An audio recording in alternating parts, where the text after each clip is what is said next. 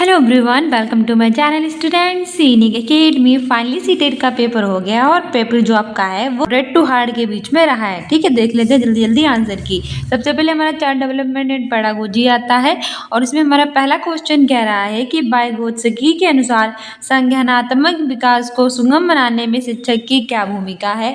से आंसर हो जाएगा ऑप्शन बी, आलम्बन के माध्यम से छात्र के सीखने का मार्गदर्शन और समर्थन करना।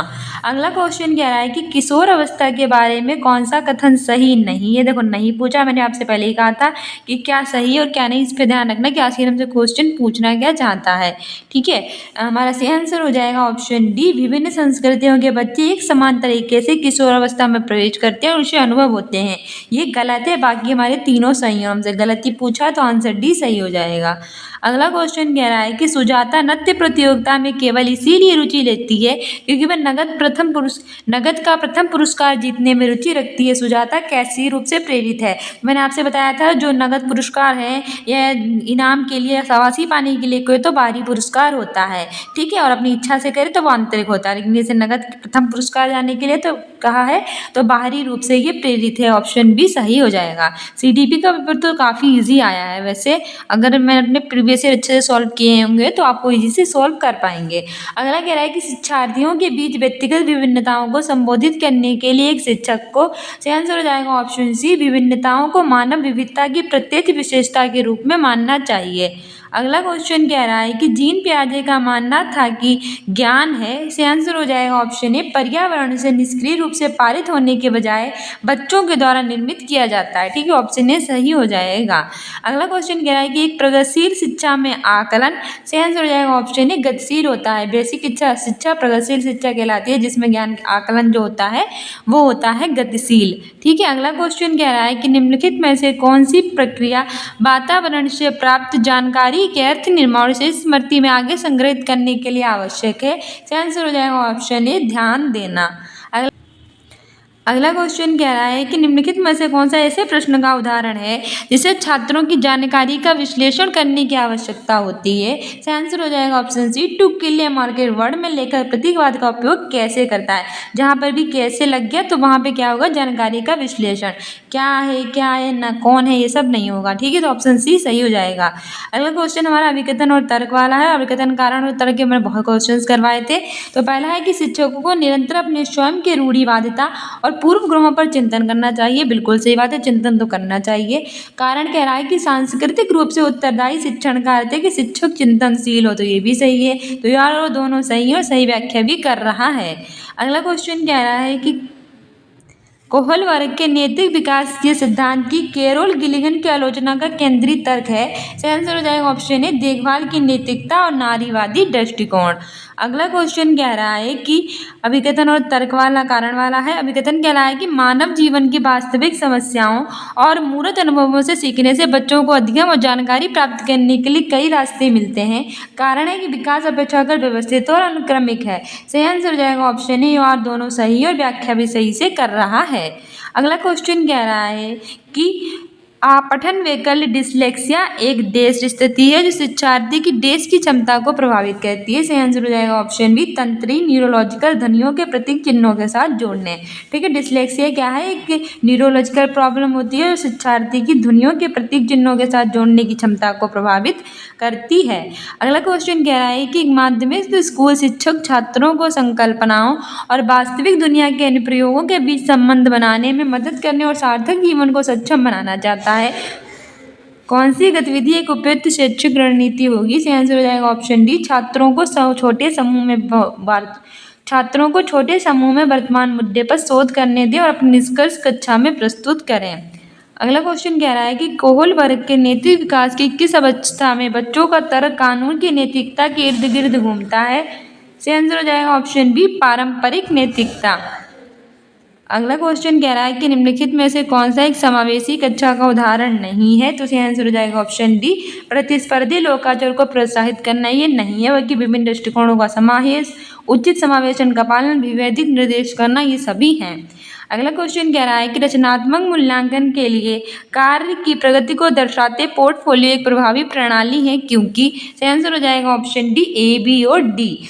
ए, बी और डी ये सभी सही हो जाएंगे, लेकिन सी हमारा गलत है। ठीक है, वह मुख्य रूप से अंतिम उत्पाद की प्रस्तुति पर ध्यान केंद्रित करते हैं, ये नहीं होगा, इसमें भी सी है, इसमें भी सी है और इसमें भी नहीं होगा, तो सही आंसर ऑप्शन डी हो जाएगा। ठीक है, क्योंकि वे मूल्यांकन की प्रक्रिया में छात्रों को शामिल करते हैं, वे व्यक्तिगत छात्रों की प्रगति में अंतर्दृष्टि प्रदान करते हैं, वे छात्र अधिगम को ठोस सबूत पेश करते हैं। अगला क्वेश्चन कह रहा है कि निम्नलिखित में से कौन सा एक लक्ष्य विन्यास का वर्णन करता है। इसका आंसर हो जाएगा ऑप्शन बी, किसी कार्य के लिए अपनी कौशल और समझ को सुधारने पर ध्यान देना।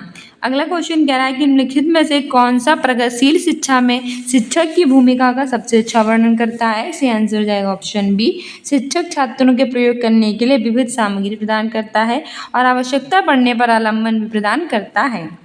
अगला क्वेश्चन कह रहा है कि पाठ्य पुस्तक और मीडिया में विभिन्न जेंडर का प्रतिनिधित्व कितना और किस तरीके से किया जाता है। जैसे महत्वपूर्ण पूछने से प्रश्न कैसे प्रोत्साहन मिलता है। इसका आंसर हो जाएगा ऑप्शन ए, जेंडर रूढ़ियों पर ये सवाल उठाता है।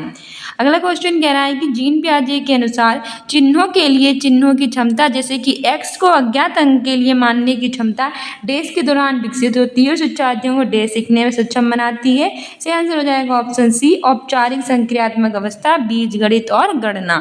अगला क्वेश्चन कह रहा है कि आलोक निम्नलिखित व्यवहार देखता है। पढ़ते समय सिर को अजीब स्थिति में पकड़ता है, आंखों को बार बार मूंदता है, आंखों की लाली सूजन, अक्षर पहचान में भ्रमित होना, किसके लक्षण होते हैं। और आंसर हो जाएगा ऑप्शन ए, दृष्टि संबंधी समस्या यानी कि विजुअल प्रॉब्लम। अगला क्वेश्चन कह रहा है कि एक समावेशी कक्षा में सीखने के लक्ष्य शैक्षणिक रणनीतियों के साथ अनुकूलन में किया जाना चाहिए। कारण है कि समावेशन का दर्शन शैक्षणिक दृष्टिकोण और मूल्यांकन के माध्यम से सभी व्यक्तिगत मतभेदों को समाप्त करने की वकालत करता है। इसका आंसर हो जाएगा ऑप्शन सी, ये तो सही है लेकिन आर गलत है। अगला क्वेश्चन कह रहा है कि लेव वाइगोत्स्की के अनुसार बच्चे डेज के साथ अंतःक्रिया के अनुभव से लाभान्वित होते हैं और उन कार्यों को सीखते हैं जो समीपदूरमुखी विकास के क्षेत्र हैं। इसका आंसर हो जाएगा ऑप्शन ए, अधिक जानकार अन्य और अंदर। ठीक है, अगला क्वेश्चन कह रहा है कि शिक्षिका ने नोटिस किया कि उसका एक छात्र अत्यधिक विचलित है और उसे कक्षा के दौरान ध्यान देने में परेशानी होती है। निम्नलिखित में से कौन सी रणनीति छात्र को केंद्रित रहने में मदद करने के लिए प्रभावी रणनीति होगी। इसका आंसर हो जाएगा ऑप्शन सी, स्वयं नियमन और समय प्रबंधन के लिए छात्र को टाइमर देना। अगला क्वेश्चन कह रहा है, विकथन यह है कि छात्रों के अच्छा प्रदर्शन करने और स्कूल में बने रहने की अधिक संभावना है और जिनको अपने स्कूल में भावनात्मक लगाव होते हैं और वो मानते हैं उनका सही मायने रखता है, उनका होना मायने रखता है। कारण है कि भावनाएं सीखने में महत्वपूर्ण भूमिका निभाती है, तो दोनों सही हैं, कि और दोनों सही हैं और व्याख्या भी सही से कर रहा है। अगला क्वेश्चन कह रहा है कि निम्नलिखित में से कौन सा एक संरचनावादी अधिगम सिद्धांत का मूल उद्देश्य है। निम्नलिखित में से कौन सा संरचनावादी अधिगम सिद्धांत का मूल सिद्धांत है। आंसर हो जाएगा ऑप्शन सी, छात्र अपने पर्यावरण के साथ सक्रिय संलग्नता के माध्यम से अपने ज्ञान का निर्माण करते हैं। अगला क्वेश्चन कह रहा है कि विकथन और कारण है। विकथन कह रहा है कि जब एक बच्चा किसी कार्य को करने में जितना सक्षम होता है उतना ही अधिक संकेत इशारे उसे प्रदान करने चाहिए शिक्षकों को। जैसे जैसे बच्चा अधिक से अधिक सीखता है उस शिक्षक को कम से कम मदद करनी चाहिए। कारण है कि बुद्धि को बुद्धि लब्धि की गणना करके सटीक रूप से नहीं मापा जा सकता। तो ऑप्शन बी सही हो जाएगा, ये और दोनों सही है और व्याख्या नहीं कर रहा है। अगला क्वेश्चन कह रहा है कि निम्नलिखित में से कौन सामाजिकरण की प्रक्रिया की विशेषता है। तो आंसर हो जाएगा ऑप्शन सी, एक रेखीय प्रक्रिया नहीं होगा, बाकी हमारे सभी सही होंगे। जटिल प्रक्रिया विभिन्न संस्कृतियों में विशिष्ट रूप से होती है, बहुआयामी है, तो ऑप्शन सी ही हो जाएगा सही। अगला क्वेश्चन कह रहा है विकथन की वह कोई उद्देश्यात्मक निश्चित क्षण नहीं होता जब कोई बच्चा मध्य बाल्यावस्था या किशोरावस्था में प्रवेश करता है। कारण है कि विकास प्रकृति में निरंतर होता है। इसका आंसर हो जाएगा ऑप्शन ए, दोनों सही और व्याख्या भी कर रहा है। अगला क्वेश्चन कह रहा है कि प्रारंभिक विद्यालय का शिक्षक छात्र का शैक्षणिक आत्म संप्रत्याय के विकास को दृढ़ता से प्रभावित करता है। इसका आंसर हो जाएगा ऑप्शन सी, छात्रों में स्वायत्तता और पहलू को पुरस्कृत करना। सो डियर स्टूडेंट्स, ये था हमारा सीटेट का सीडीपी का पेपर। अभी हम आपके लिए लेकर आएंगे इंग्लिश और हिंदी का भी पेपर लेकर आएंगे। ठीक है, अभी हमारे चैनल को सब्सक्राइब कर लीजिए, लाइक कर लीजिए। मिलते हैं नेक्स्ट वीडियो में। Thank you, bye.